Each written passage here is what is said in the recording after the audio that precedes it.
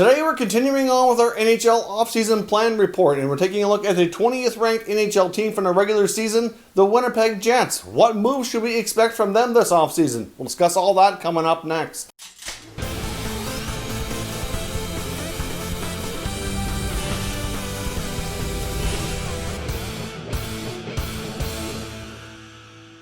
So welcome back to another video here at Top Shelf Hockey. Now, as I mentioned, we're looking at the Winnipeg Jets off-season here and what they're going to be expected to do. We're going to take a look at what they have for cap space and obviously what contracts are coming due for UFA, RFA, who do they need to sign or replace, what moves should we expect for trades or during free agency, and kind of go from there. But before we jump into that, we're going to first recap their 1920 season to see where things finished up when they last were on the ice. Now, as you can see here, the Jets finished with a record of 37, 28, and 6 for 80 points. So they certainly took a bit of a step back this year. I mean, it wasn't that long ago. They were, in a deep playoff run, but things have changed a bit. They certainly had a very different looking blue line this year, which certainly played a big role in their overall results and success. They scored 216 goals. They allowed 203 for plus 13, which is not too bad. They had awesome goaltending out of Connor Hellebuyck. Probably the Vezina Trophy winner, which we'll find out here in a few days, and certainly their team MVP, in my opinion. Their power play was pretty decent, but probably average, I guess is a better way to say it. 20.5 for 15th best in the NHL. Their penalty killing was subpar, but not the worst in the league either. 77.6, which was 22nd best in the NHL. So like I said, they get to go to the play-in series. They lost to the Calgary Flames, but I do believe that was largely due to the fact they were really banged up. They had a lot of injuries. The Calgary Flames were the healthier team, and I do think that played a big role in it. I personally had predicted Winnipeg to win, and I think they could have at least would have been more close and more likely if they could have stayed healthy. But Mark Scheifele got hurt in the first game. Their top center iceman, arguably their top skater on the team, and it certainly hurt a lot. So we'll see what this team can do moving forward, but I do expect some potential big changes for Kevin Cheveldayoff to do this offseason. Now let's take a look at their cap space, courtesy of CapFriendly.com, and we'll look at what contracts are about to be expiring. Now, as you can see here from CapFriendly, we have cap space of $15.5 million, and they have 13 players under contract for the upcoming season. So that normally the teams carry 22 to 23 players on a roster. So they have 9 or 10 players they need to sign with $15 million, either sign or replace. So that's a fair bit of players and not a ton of cash. So if they go on to make one pretty significant move, that's not going to leave a lot of money for the remaining guys. So let's see here what they have for RFAs and UFAs and talk about what players might be coming back and who might need to be replaced. Now, as you can see, for restricted free agents, they have center iceman Jack Roslovic, who's been potentially being talked about as their long-term number 2 center. I do see him getting signed. I could also see him being a trade piece because Roslovic's a player they've been trying to give more opportunity to. Hasn't been as consistent as they'd like. He's still young though. They could stick with him and it could pay off. But I could also see him maybe, if they pull off a big significant trade, being involved in a package deal, but we'll see about that. Mason Appleton, certainly likely to come back. Jensen Harkin certainly had a decent showing in a return to play. I do expect him to be back. Same with Sami Niku, again like Roslovic, a player who they probably wish have taken a little bit more steps for development so far, but haven't, at least not on a consistent basis. So I can see them coming back, but I can also see them maybe being dangled. If a significant trade were to come up and they were to be requested in it, I could see Cheveldayoff possibly playing ball with that. Now, they have a fair bit of unrestricted free agents, so let's jump into that list because it's quite long. We have here, starting with center iceman Cody Eakin, who was brought in from Vegas. Of course, the hometown Winnipeg player. Likely, I don't know if the odds of him coming back or not. It really boils down to contract, and it also kind of depends on where they see him. I mean, he could be a number 3 center, especially if Brian Little is going to end up on long-term injury reserve. I can see a small chance of Eakin returning, but I do think the odds are less than 50%, we'll say. We've got Logan Shaw, Nick Shore, Mark Letestu, and Gabriel Bork all in the forward category. And I can see a scenario where it's possible that none of them return, and they might go with other options to replace them. Now, of course, if any of them are signed, they wouldn't be overly expensive. I could see maybe, but again, I'm going to say that there's probably less than 50% chance of them returning. If they are, unless, of course, they could take like a 1-year deal, $700K, something to that effect, be used as a depth piece, but good chance that they don't come back. You get Dmitry Kulikov, Lucas Biza, Nathan Beaulieu, Dylan DeMello, Anthony Boteto on the defense, and then you get backup goalie Laurent Brossois. Now on the blue line, Kulikov, Spiza, and Potato, good chance they don't come back.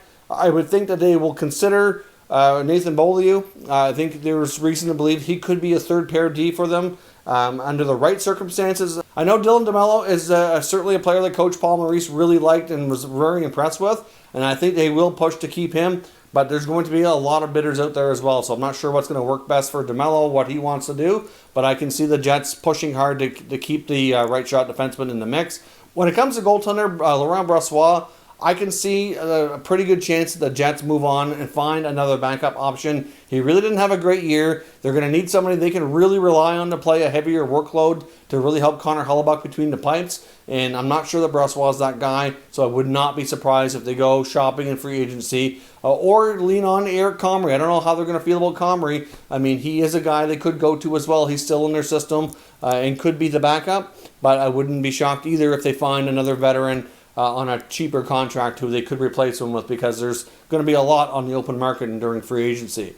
Now, what are the top burning questions and holes on this team that they need to look at addressing this year? Now, they need a long-term number 2 center, and they need a one, if not two, top pair or top 4 defensemen. That's really where the holes are. They have a lot of holes on their blue line. Last offseason, they lost guys like Tyler Myers, Ben Sherratt.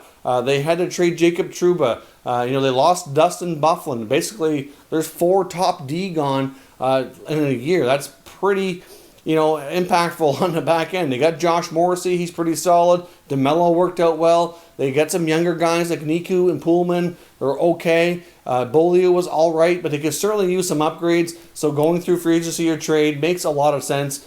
So they do have, like I said, really 3 spots there that are significant. They don't have a ton of cap space, so getting all 3 looked after in one offseason will be challenging unless they can find some bargain deals. Now, there is a possibility to address those needs that they trade a top winger like a Patrick Laine or a Nick Ehlers. There's been a lot of talk and rumors around that, and I'm not really sure it's going to happen, but there's a lot of possibilities around them that I'm sure they've been getting calls. I think long term they do have concerns about Laine signing his next contract and sticking around. I think Laine really wants to play on the top line with Mark Scheifele, and for whatever reason, they don't seem to want to put him there on a consistent basis. It's causing a bit of a disconnect and frustration, I think, between the two sides, and I do think there are some who think that Laine may want out eventually here by the time his next contract's coming due. So I think they're a little concerned over that. But I think ideally, if teams are calling, trying to get a winger out of Winnipeg for a center or a top D, they're probably asking for Ehlers. I think Ehlers is the better two-way player, a little bit better defensively, and also he's got a long-term contract, so they have a little bit more stability with what they're going to be paying out. Not to say that they wouldn't love to have Laine. I just think it's a little easier to make the move on Ehlers. So I'm not sure that either gets moved. There's been a lot of talk about both of them. Personally, I think they need to tread very carefully because they're both wingers that would be hard to replace. Especially a guy like Laine at that young age has the potential to have a career similar to what we've seen Alex Ovechkin. Different kind of player, same kind of goal scoring ability though, and that would be a real loss for them and almost impossible to replace. They were very fortunate to get that number 2 overall pick a few years back behind Austin Matthews when he was drafted. So they need to tread very carefully there, but they do have some glaring holes, like I said, that need to be filled, and until they are, it's going to be really hard for this team to make some big steps forward. Now, as I mentioned as well, looking at the contracts, I think backup goaltending needs to be addressed. Brossois was not getting the job done, and this coming year they're probably playing a condensed schedule, and they're going to have to rely on backup goaltenders more than ever, and we're going to see probably, depending on how many games they play, if they were to play a full 82-game schedule, they're probably looking at a situation where they're going to want the backup to maybe play 30 games, or maybe even 32, 33, something to that effect, because of the condensed schedule. If they don't play a full 82, let's say we get a 70-game schedule, maybe we go with like a 45 for the starter and the difference, 25 or so for the backup. It kind of depends, but the backups are going to become more and more important here as long as we're kind of in wonky world here, as we'll call it, with the schedule not being normal and having it being condensed. But I do think there's plenty of options out there. They could find a pretty reasonable backup for Hellebuyck without breaking the bank. As far as addressing some of those other needs, though, like I know one great trade partner for me would be Montreal. They have Domi and Danault that are both in the rumor mill. They could both be the number 2 center. These teams have traded before.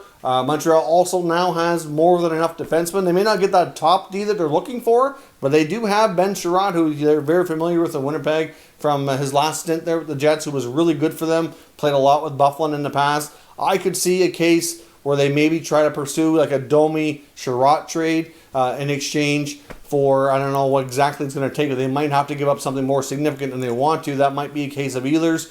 But, on paper, at least that's a way they could address that. But like I said, I don't know. We also got word here just recently as well. There's a video out just a short time ago last evening on Alex Pietrangelo looking like he's headed to free agency. He'd be perfect for them.